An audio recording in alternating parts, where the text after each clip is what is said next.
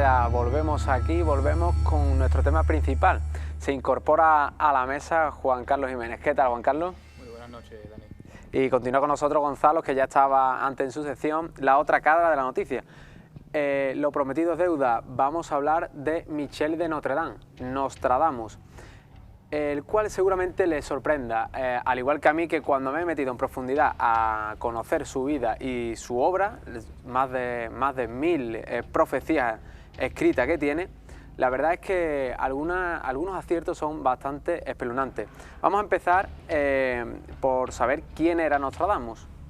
Bueno, pues Nostradamus era un médico y astrólogo francés que prácticamente dedicó su vida a eso, hasta que a través de una serie de enfermedades murió parte de su familia, 2 hijos y su mujer, y después hizo una serie de viajes para reencontrarse en sí mismo. También visitó España y a partir de eso se dedicó sobre todo a lo que sería a relatar su vivencia o lo que él entendía como las verdaderas profecías, o sea, que lo que él veía. ¿Cuál era su profesión? O sea, ¿él realmente a qué se dedicaba? Bueno, él desde muy pequeño hay informaciones en las que al proceder de una familia que tanto por parte de madre como por parte del padre, sus abuelos eran médicos de profesión, además médicos muy bien posicionados en cuanto en la sociedad de aquella época, porque trataban a una serie de condes que había allí en los territorios donde nació, allí en Francia, en la Provenza francesa. Entonces él, digamos que ese ejemplo que tenía de su familia le llegó a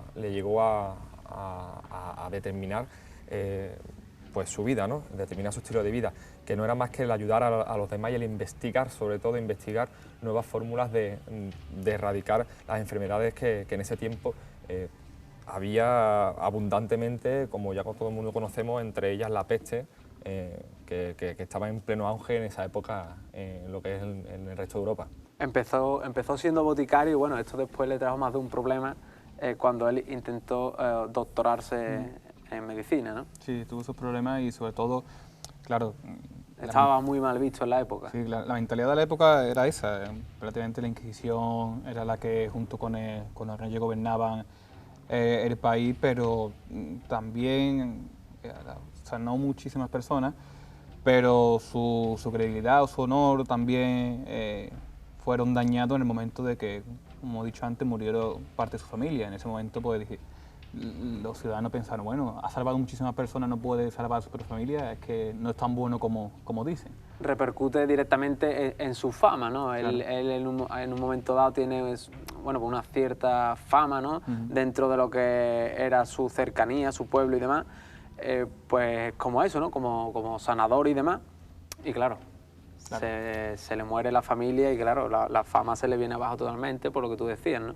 Es capaz de sanar a personas y no es capaz de sanar a su propia familia.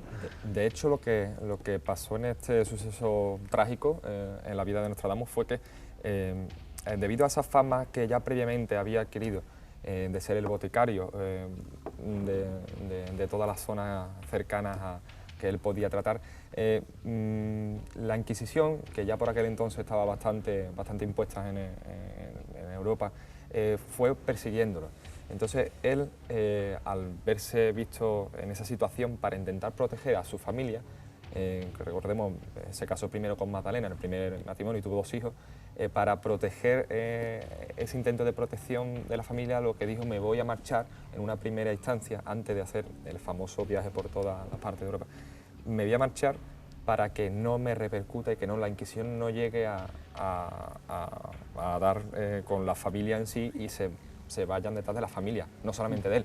Entonces, esto es un poco también el drama que sufrió él, es un poco también lo que se le quedó, parece ser que la memoria, que de mientras que estuvo fuera fue cuando ocurrió todo ese proceso, que por desgracia la familia enfermó, tanto la mujer como los hijos, y él venía ya de otros sitios de ayudar a personas a superar esta enfermedad, y claro, cuando llegó se encontró con el estado tan avanzado que no pudo hacer nada. Es por eso por lo que Nostradamus le cambió un poco el chi de la vida y se vino un poco abajo, y es cuando empezó a intentar encontrarse con sí mismo haciendo todo tipo de viajes.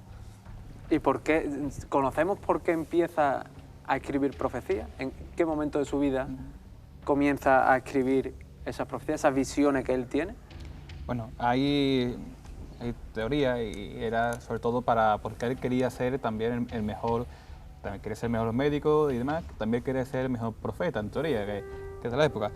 Entonces, el problema que hubo es que, imagínense, la época, que había un montón de personas que se dedicaban a esto, pues él hizo ser el mejor. ¿Y cómo lo hizo? Pues él tenía a su método, y su método era que a través de una serie de mecanismos en un recipiente de agua, pues a través de eso podía mirar lo que iba a pasar en el futuro, ¿no? Y es eso, sobre todo el hecho de que él quería ser el mejor profeta y el mejor en esa materia, ¿no? A partir ya veremos las próximas profecías, hasta estuvo en la corte de la reina inglesa y demás, porque afectó directamente a casas reales. Sí, bueno, puntualizar también el tema que ha dicho el compañero, que entre los avances, porque digamos que él como que cogió una fama a partir de, primero, de ser boticario, y ya esa fama le permitió a él desarrollarse como profeta, ¿no? En este sentido estricto. De hecho, una de las cosas muy representativas, ¿no? de la peste, de esta enfermedad que se llevó casi media Europa, fue, por ejemplo, las órdenes que dio él, que empezó a dar él, de que los cuerpos, por ejemplo, cuando falleciesen, se quemasen, toda la ropa, incluso se mandaran a quemar también los roedores, los ratones, las ratas que habían por las calles. También, por ejemplo, las máscaras, que de hecho él innovó y dijo, a partir de ahora vamos a poner unas máscaras de cuero, típicas con las narices que todo el mundo conocemos, puntiagudas, vamos a ponernos esto. Él fue también un poco inventor de todas esas medidas de seguridad para controlar lo que es la plaga, que le proporcionaron más, si cabe aún, fama, que fue como una pelota, ¿no? Él consiguió fama a partir sobre todo de ese médico, hasta que llegó el momento que ya se plantó y dijo, bueno, ahora que tengo este reconocimiento, pues voy a empezar a lanzar profecías. Y de hecho, de las primeras tuvo tanto éxito. Una de las que mayormente le saltó a la fama fue que predijo la muerte de Enrique IV. Ahora lo veremos. Enrique II, perdón. Y de hecho ahí fue, para enlazarlo con lo que ha dicho el compañero, cuando la reina le dijo, te quiero tener cerca, quiero que seas mi médico personal y quiero que me digas un poco a ver qué otro tipo de profecía puedes llegar a predecir. Él, bueno, después de ese fatal desenlace que hay en su familia, hay que decir que rehace su vida, tiene un nuevo hijo con una nueva pareja, y parece que ser padre de nuevo le abre esa capacidad de ver estas profecías. Pero ¿cuántas escribió? ¿Sabemos qué número exactamente o aproximadamente escribe?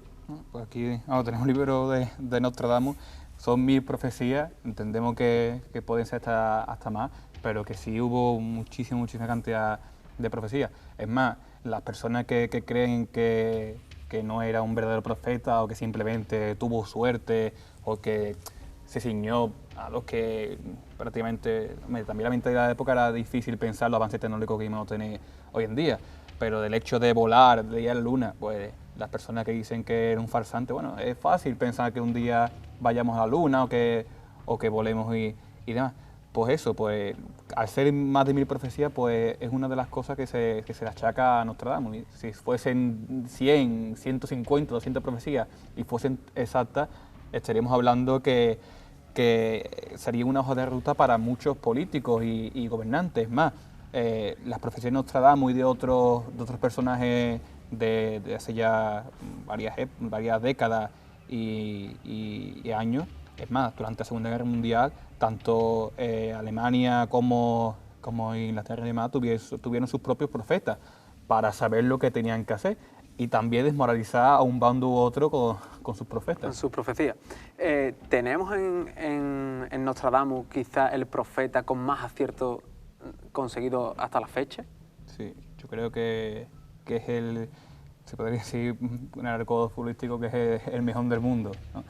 También le sigue muy de cerca Parravicini, el argentino, pero como Nostradamus, sobre todo en la época en la que vivió entre el 1505 y el 1566, pues las cosas que dice y sobre todo de las cosas que tiene Nostradamus y que es muy también admirable de ver, es cómo lo componía las cuartetas, la forma de encriptado para que sobre todo la Inquisición de la época pudiese en teoría adivinarlo, decir, oye, ¿esto por qué es? Porque en el momento que No lo que la tachase de Inquisición brujo y demás. se le pusiese de frente, pues este hombre hubiese muerto ajusticiado.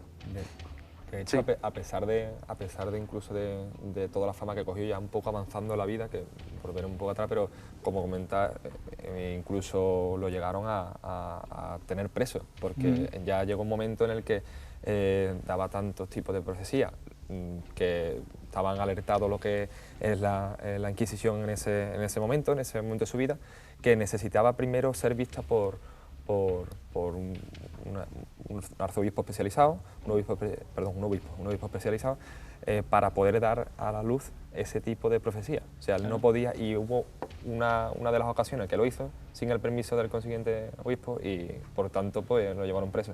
O sea, que estuvo encarcelado. Sí, bueno, él sobre todo cuando ya un poquito dejó de hablar de la medicina se dedicó a utilizar lo que era un avance tecnológico en la época que era impresionante, que era la imprenta, pues la utilizó para hacer almanaques y demás, hablaba sobre los almanaques, hablaba sobre el tiempo, la agricultura y demás, y en esas almanaques pues él metía también sus predicciones. Metía ahí sus cuñitas, claro, de sus y se predicciones. hacía famoso también por eso, porque la gente compraba los almanaques para saber lo que iba a pasar. Hemos hablado ya conocemos más o menos lo que fue su vida. Vamos a empezar quizás por su gran fama, ¿no? Todas sus profecías. Quizás la primera y una de las más importantes dentro de todas las que tiene es, como ya mencionaba antes Gonzalo, la de Enrique II. Sí, vamos, yo tengo un par de cuartetas.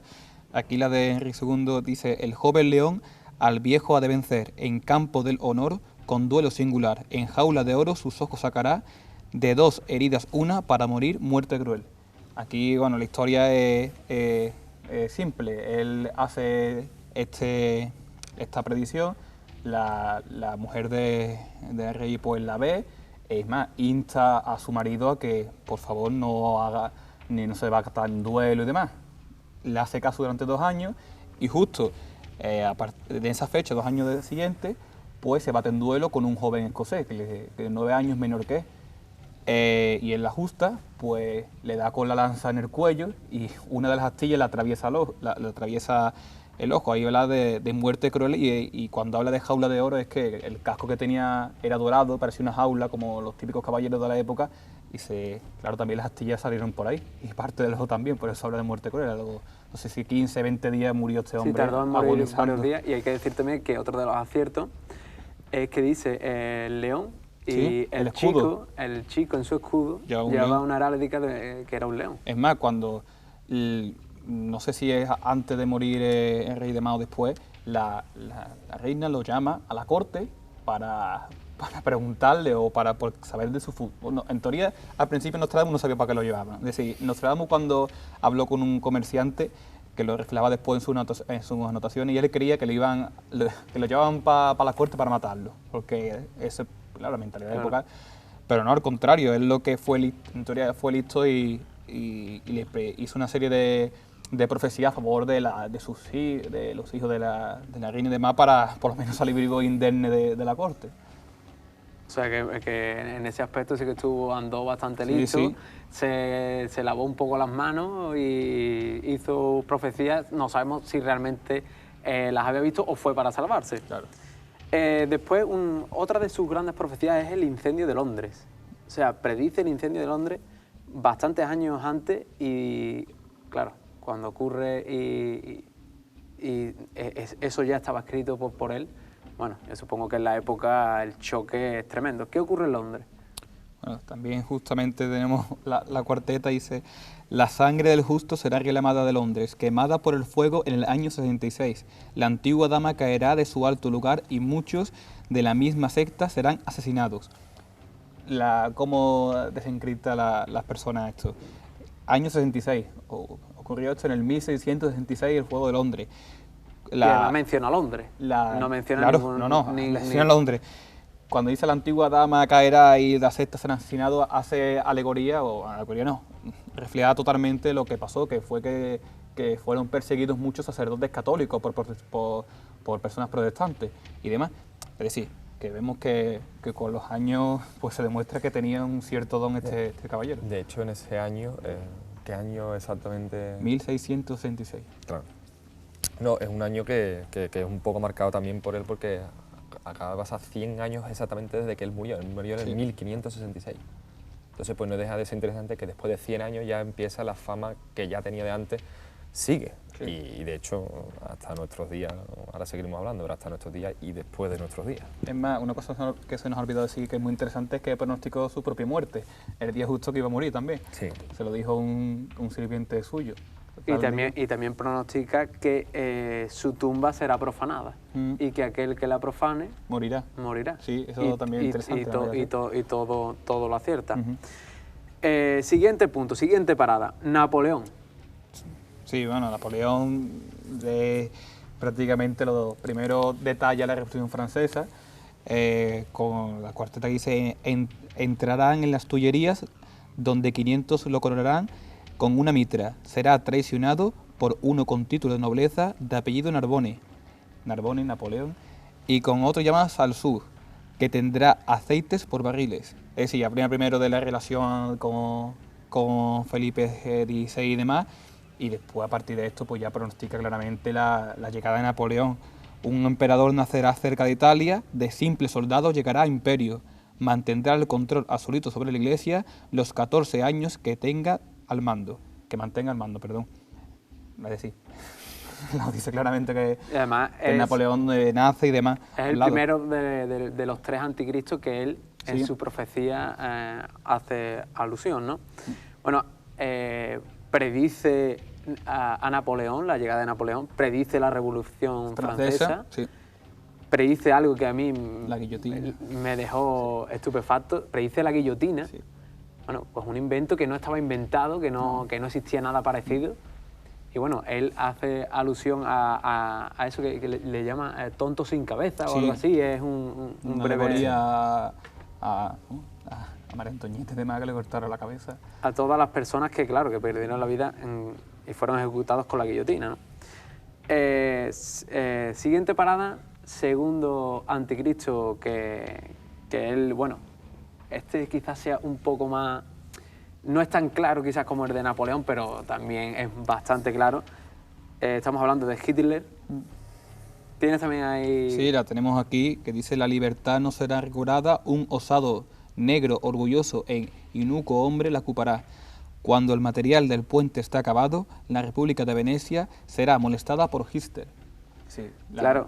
Venecia, aparte está todo lo que invadió Polonia, Austria, además, pues su primera invasión fue Polonia. Hitler, la relación de Hitler y Hitler es obvia, prácticamente. Sí, claro, es una letra. Pero es más, Hitler nació cerca del Danubio. El nombre que tenían en la época para decir el Danubio era Hitler.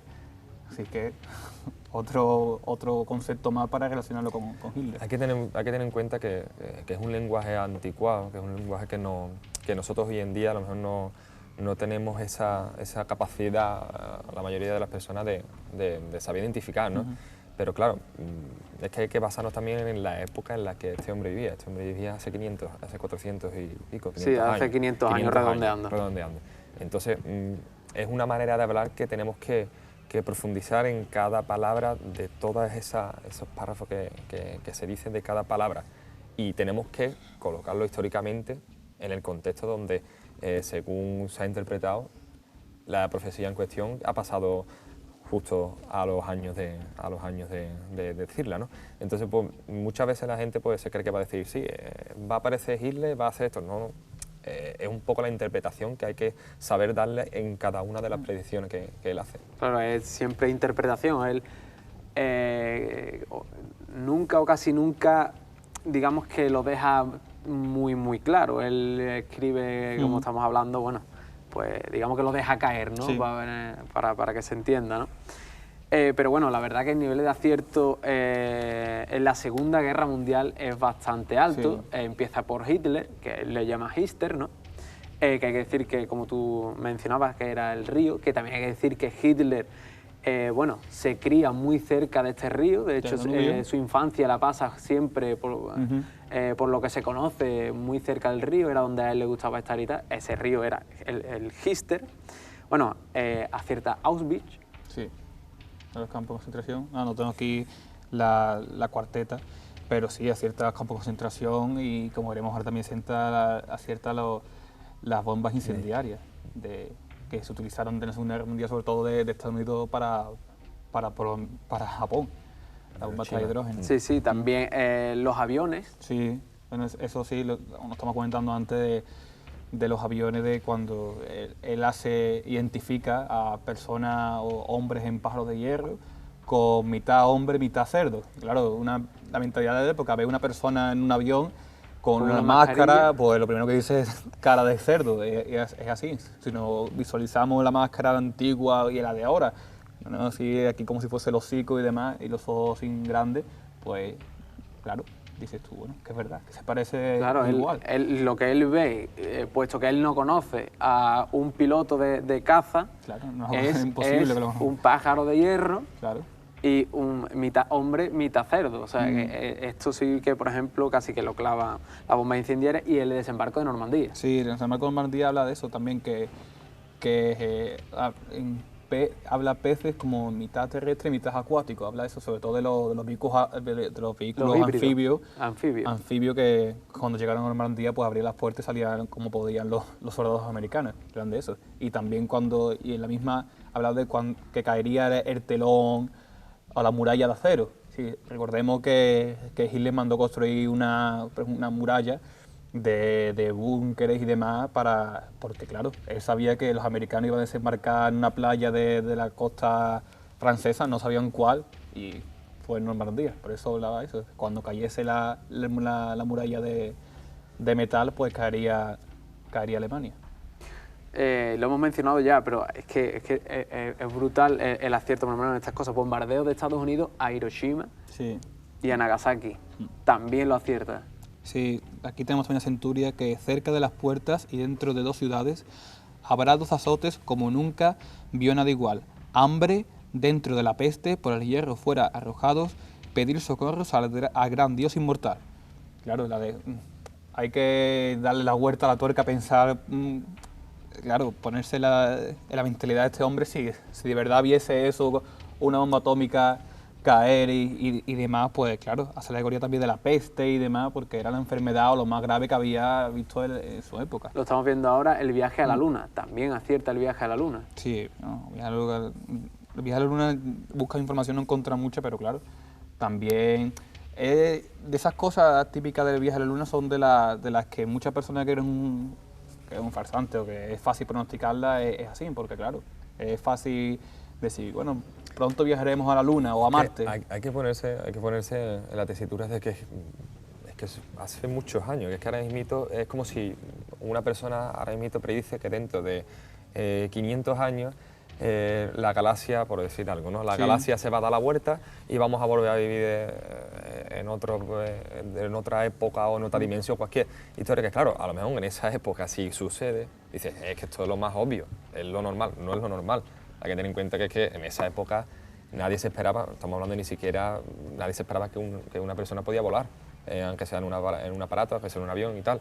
Entonces es lo que estamos hablando, que es que hay que ponerse siempre en esa tesitura, de que son épocas muy pasadas, antiguas, y que de hecho en la centuria, para comentar que las centurias son cada predicción está hecho en texto y se le llama centuria, también hay centurias para dentro de mil y algo de años, o sea que no estamos hablando de que se haya terminado ya o que lo último es dentro de poco, ¿no? Que hay centurias hasta el 3000 y algo. 3570 y algo, pero vamos, claro, que tiene cuerda. Claro, hombre. Que es lo que estamos hablando, que es que ponerse en situación, que una persona de hoy en día no se le ocurre por la cabeza qué es lo que va a pasar dentro de 4 años, si avanza la tecnología, por ejemplo, como está avanzando, que en 4 años todo lo que percibimos se altera a unos límites increíbles, imagínate dentro de 500 Claro, años. su época es muy importante. Bueno, meternos en el papel, en la carne realmente de Nostradamus, ¿no? De aquella época, de que muchas de las cosas que estamos diciendo, bueno, pues prácticamente a nadie se le pasaba por la cabeza bueno, el volar, no sé, ¿no? El invento de la guillotina, que a mí me parece fascinante, ¿no?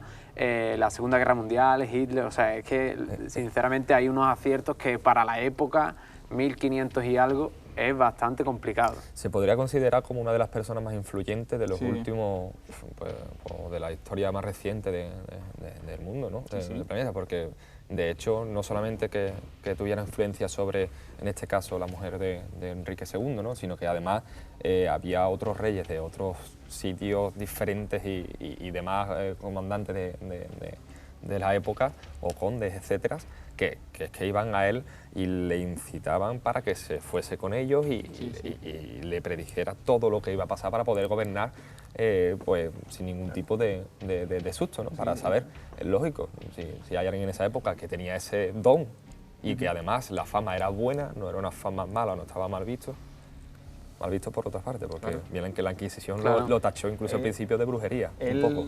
Se denominaba así como un oráculo de Delfos moderno. El oráculo de Delfos en antigua Grecia era unos cuantos sacerdotes y claro, ellos a través de las vísceras, animales y demás pues pronosticaban el futuro. Es más, lo que estamos hablando es que la historia de la humanidad se repite y se repetirá. Yo me apostaría dinero también ahora mismo que más de un Estado y más de un dirigente tiene al lado un vidente suyo para que le diga qué hacer, o sin momento de duda qué hacer. Lo que estoy hablando de la Segunda Guerra Mundial. Magia negra. Churchill habló con un mago británico para que hiciese magia negra en una catedral muy famosa de Londres para contrarrestar los ataques o el esoterismo alemán. Es decir, que eso está en el ADN humano. De hecho, en una de las noticias que ya hemos comentado, el ejército británico, vuelvo a repetir la noticia, que se ha comentado hoy mismo, el ejército británico estaba buscando una serie de mediums y de gente, porque ya ven que otros ejércitos lo llevan haciendo bastante tiempo, por ejemplo los norteamericanos, y es una noticia que de actualidad pues un poco curiosa, ¿no? La otra cara de la noticia, como decimos. Bueno, seguimos. Otro de los grandes aciertos, asesinatos de John Fitzgerald Kennedy, Robert Kennedy, y bueno, también no asesinato, pero sí acierta la hecatombe, ¿no?, que le ocurre a Edward Kennedy. Sí. Empezamos por el primero, el más importante de los hermanos. Bueno, en la misma cuarteta habla prácticamente de los tres. En el primero de John Kennedy, pues él lo ve como si fuese un rayo de luz. Claro, la mentalidad de época no ha visto una bala ni sabe lo que es. Él lo entiende como un rayo de luz, pues que mata al hombre joven y demás, como lo identifica. Pero es más, dentro, y ahora me gustaría abordar porque es muy interesante, habla en el mundo de la conspiración, se toma muy en cuenta una cuarteta y una profecía de Nostradamus que dice que el inocente será culpado y el culpable estará escondido entre unos setos. Hay personas que lo identifican con eso porque al autor del asesinato de Kennedy, muchas personas creen que no era culpable, que era inocente. Es más, la trayectoria de la bala no es la misma de donde disparó, entre comillas, claro, esta persona. Hay que decir que Kennedy es asesinado, por si alguien no lo sabe, es asesinado bueno, cuando va en un coche descapotable y un francotirador le dispara en la cabeza, junto a su... De hecho, es un frente de conspiración, pero plenamente abierto de manera mundial, que de hecho se han escrito y se siguen escribiendo libros y cada mes salen incluso revelaciones nuevas sobre los hechos ocurridos en ese momento, ¿no? Sí, estamos viendo en la tele también las imágenes y eso, estábamos hablando, el gran hombre, ahí está en inglés, y es así.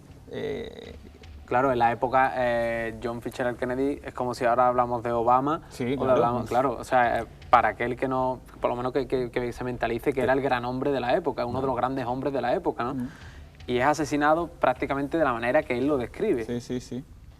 sobre eso, que es un rayo de luz, un rayo pues atravesará al hombre joven y que el siguiente pronostica al asesinato de Robert Kennedy y que dice que, bueno, el de John dice que es de día, sí, y el de Robert dice que es de noche. Sí, sí. Hace referencia al día y a la noche y en los dos acierta. También habla de Edward Kennedy. Sí, habla de Edward Kennedy y habla también de que una especie de contienda o de enfrentamiento entre dos ciudades o dos lugares, Remix y Londres, creo que. Vamos, hemos visto estamos viendo imágenes las imágenes del asesinato de John Kennedy y es espectacular. Es decir, eso tiene que... Ya entramos en otro tema totalmente diferente a lo que nos aborda, pero las personas que creen en Nostradamus y han utilizado su predicción para creer que esta persona es inocente, es así. También claro, el ejecutor, sí. el ejecutor que se encuentra, digámoslo así, se le denomina como culpable. Esta persona es asesinada. Sí. Esta persona es asesinada. Con un tiro, ha salido jugado. Pero Nostradamus dice que es inocente y a día de hoy sí. Muchas conspiraciones piensan que esta persona era inocente, sí, claro. y que era otra persona la que ejecutó el asesinato. De hecho, la trayectoria de la bala y demás hacen indicar que así fue, ¿no? Que esta persona no fue el asesino. De hecho, en Nostradamus menciona un seto y hay imágenes, claro, hay grabaciones que se ve aparentemente, que es decir, no se ve nada claro, una persona en un seto con un rifle. Claro. Pero sí, claro, tampoco no es muy claro estas imágenes. Y después lo matan al presunto asesino de Kennedy y que prácticamente si él la hacía, pues una persona que en teoría es el enemigo público número 1 de Estados Unidos, pues este es el supuesto ejecutor, esta imagen que estamos viendo. El presunto asesino, pues una persona que es el enemigo número 1 de Estados Unidos no sale a puerto juzgado para que el loco lo mate. Sí, además él se declaraba inocente. Se lo quieren quitar de en medio. Es una cabeza de turco más, sí, de tantas conspiraciones y de tanto... Es más, hablando también ya de nuestro Kennedy, General Prim fue... había una serie de suposiciones de quién lo mató y también hay especulaciones que lo mataron hasta los masones. Es decir, que esto es así, que asesinato la ha habido siempre. Cuando se querían quitar a un rey de en medio, pues lo envenenaban y aquí pues... Incluso dirigente, porque aquí hay un dirigente que tenía mucho carisma y que cuanto claro. supuestamente una persona va a un carisma y que puede cambiar. No olvidemos que Kennedy, el presidente de Estados Unidos, tenía mucho tirón tanto en Estados Unidos como fuera, ¿no? Entonces, pues, ¿qué es la solución? Pues acabamos con él y así de simple, ¿no? Y cogemos una cabeza de turco, como en este caso, y nada más. Claro. Hablabas de envenenamiento. El Papa Juan Pablo I, sí. Otro de los grandes aciertos de Nostradamus. Aquí tenemos también la cuarteta: elegido como Papa, del elegido será burlado. Súbitamente, con frecuencia emocionado, dispuesto y tímido, por demasiada bondad a morir, provocado, temor, oprime la noche, de su muerte guía. Es decir, habla, claro, ya no... identifica las características que tenía este Papa y sobre todo que duró, no sé cuánto duró, me parece que fue... de 2 o 3 semanas. Sí, duró poco. Sí. 3 semanas y poco. Algo de días. Y también, claro, hablamos ya de temas conspiratorios, que hasta el antiguo URSS lo quiso quitar de en medio porque quería hacer una serie de reformas y demás, como el Papa Juan Pablo II, que también en teoría el que lo quiso matar estaba pagado por dinero también soviético. Es más, la historia se repite, continuamente. Hacemos una pequeña pausa. Nos queda, quizá para mí, y para muchos de ustedes, uno de los grandes aciertos, ¿no? Los atentados a las Torres Gemelas. Nos vamos unos segundos a publicidad y enseguida volvemos.